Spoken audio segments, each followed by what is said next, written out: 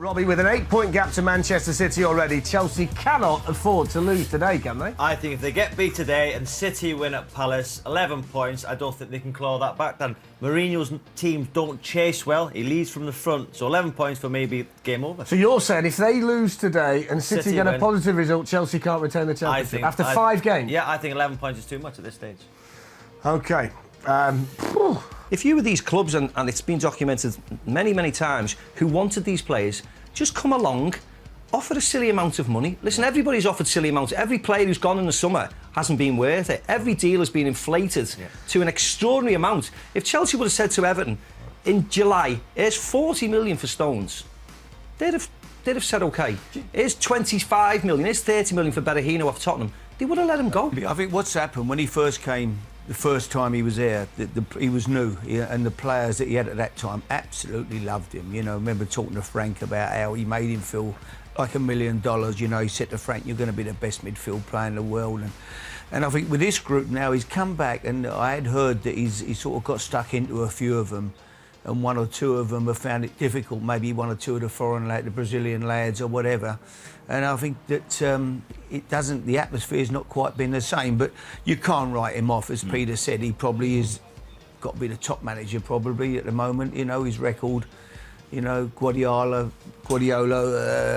Mourinho, you know, they're the 2 best probably in the world at the moment. So he'll come back, he'll get it right. That's where I think the difference is from last year. I think Matic, he's been a bit more adventurous than he was last year. Last year, he almost played as a third centre-half, really. He stayed right in front of him, protected all day long.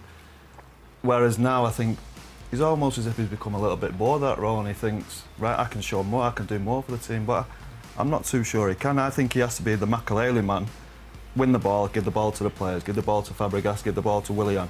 Now, if they're going to play with 2 midfield, 2 holding players midfield, then is Mikel, has he got the legs anymore to do it? Has he got the quality on the ball to do it? I'm not sure he has, but I see the point with Fabregas as well, that defensively, I don't think he gives you much. People might not realise this, but you made a really good point there, that when you did it, Mark Clattenburg was that individual stood there, one of, if not the best referee in the Premier League at the moment. When you were officiating big Champions League and World Cup matches, he was the guy stood in that position.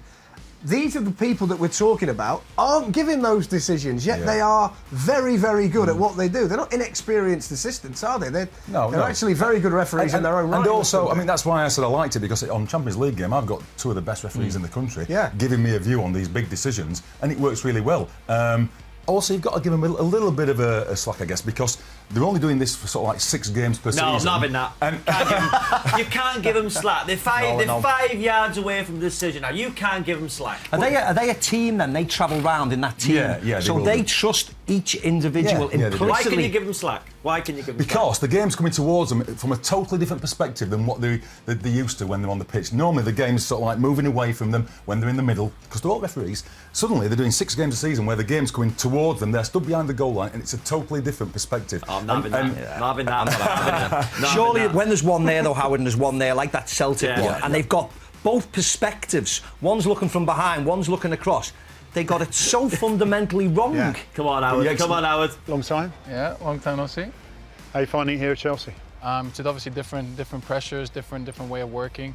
The standards are much higher, but you know, so far so good, and I'm really enjoying it. Number 1 at Stoke, and then you come to Chelsea. I mean, what was the thinking for you behind that?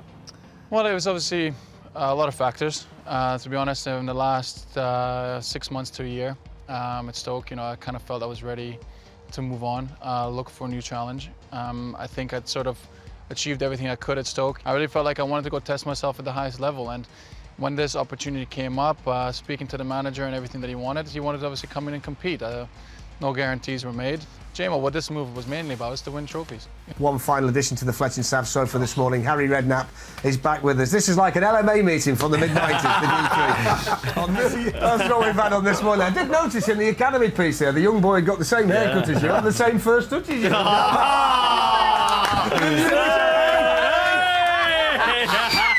Finish on a good one. Let's get on, come on.